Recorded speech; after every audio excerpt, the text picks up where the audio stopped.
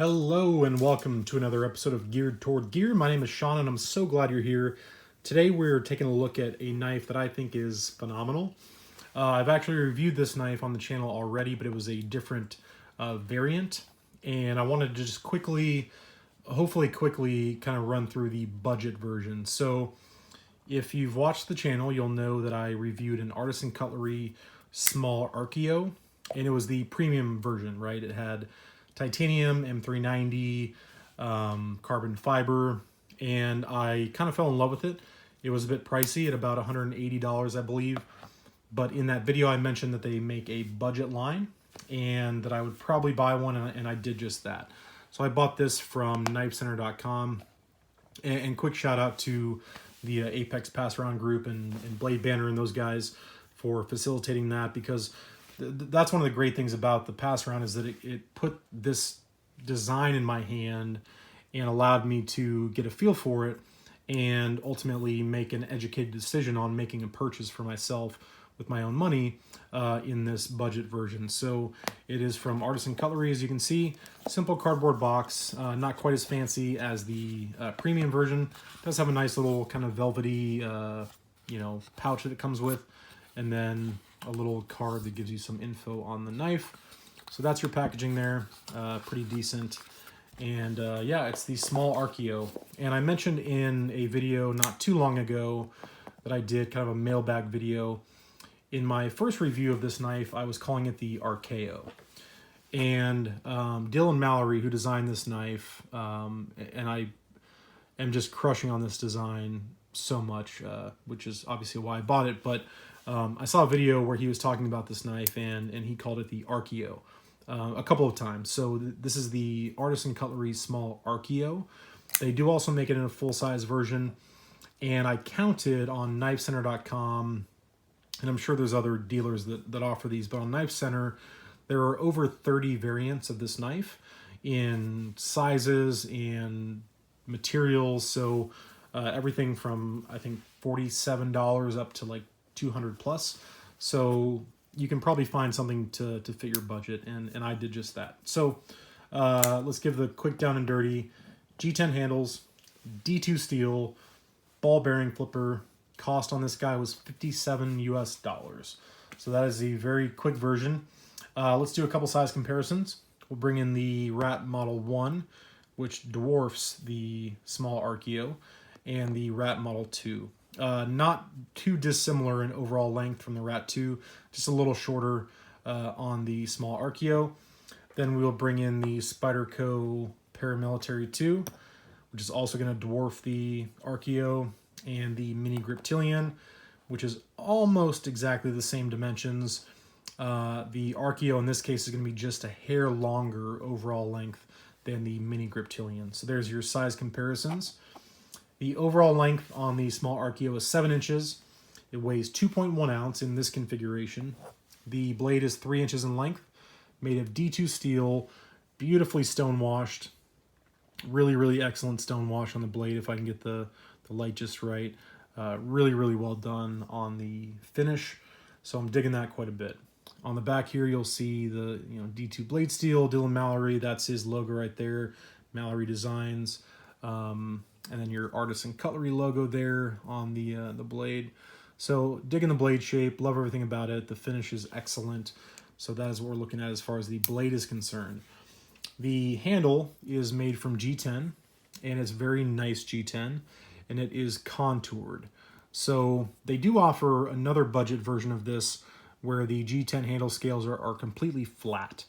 These do have a contour to them, which is very similar to the contour that the titanium version had, which is why I chose this model, because I knew it fit my hand very similarly to the way the other one did, and it does. It feels identical in my hand. So this is the contour G10 version.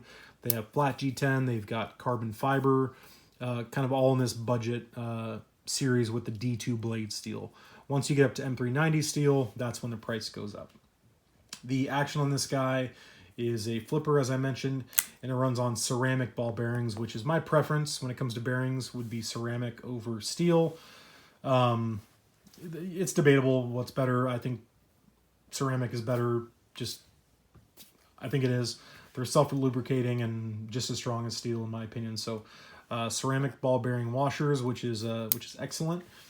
It's got a very snappy deployment, really, really good detent, like a 7.5 out of 10 I would give it. So it just flies out, and I really love that.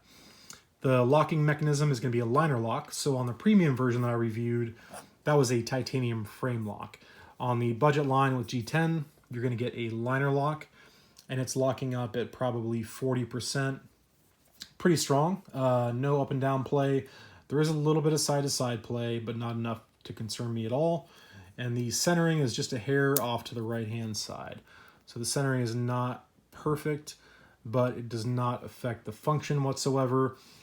And I don't know if that's going to be, just my example, if it's a quality control issue, or if that's going to be the case on other examples. But on mine, off to the right just a little bit, but hasn't been an issue for me. So that's what we're looking at as far as the lockup and the centering. As far as texture is concerned, there's the G10 itself is mildly textured.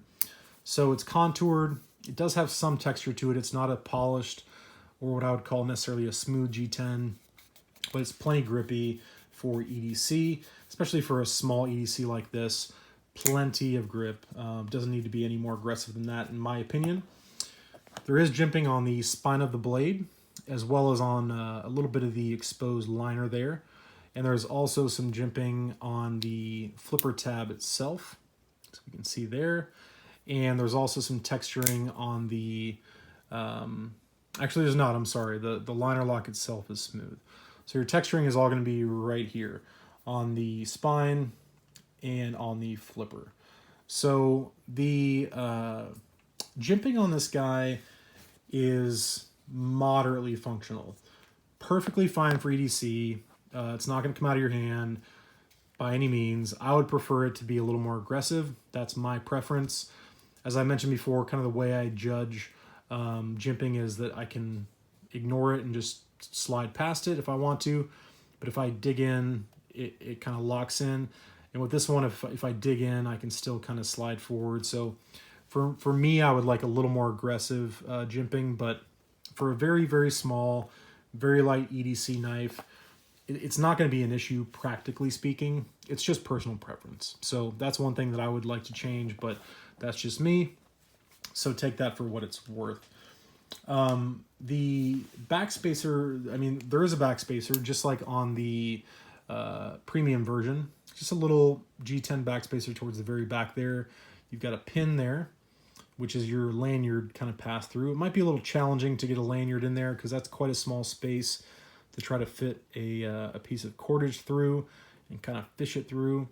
It might even actually be easier to disassemble a knife to put a lanyard in there, to be honest with you. But I'm not a lanyard guy, so I'm not too concerned about that. But it does have a place to put a lanyard if you would like to.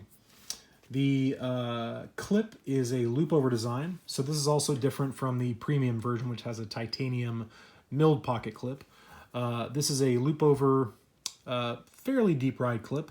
The hardware is not recessed, but I didn't find it to be a problem whatsoever. The spring tension is good.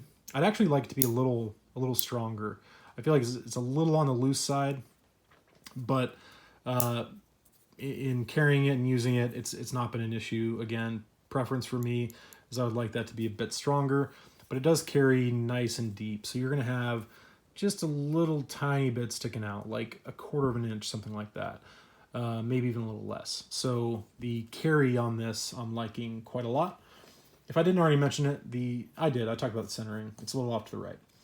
So ergos, as I mentioned in the other video, for me they're excellent. I just love the shape, the silhouette of this handle. Just the design in general, I think makes for a very comfortable and ergonomic grip. At least for me, that little peak right there, as I mentioned before, just lands between those two fingers.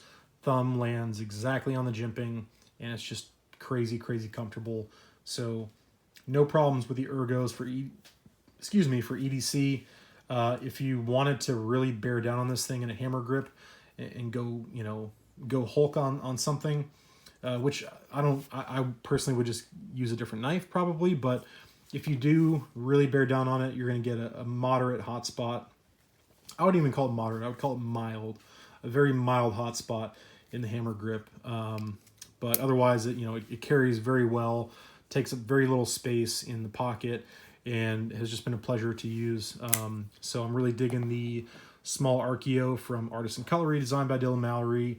That is my thoughts on the budget version. So if you did watch that video previously and you liked the design but thought the price was a little high, well, here is your budget option. And again, there's like 30 different variants of this in different colors of G10, carbon fiber, the different blade steels. So a lot to choose from, which is really nice. As a consumer, that's something I really appreciate, is when there are that many factory offerings that you can choose from, right? So you can kind of find the one that fits your taste, that fits your budget, and I found mine, and I'm enjoying it quite a bit. So that's my thoughts on the Artisan Cutlery Small Archaeo in Contour G10 and D2 steel. Thank you all so much for watching, as always. I really, really do appreciate it, and I'll talk to you soon.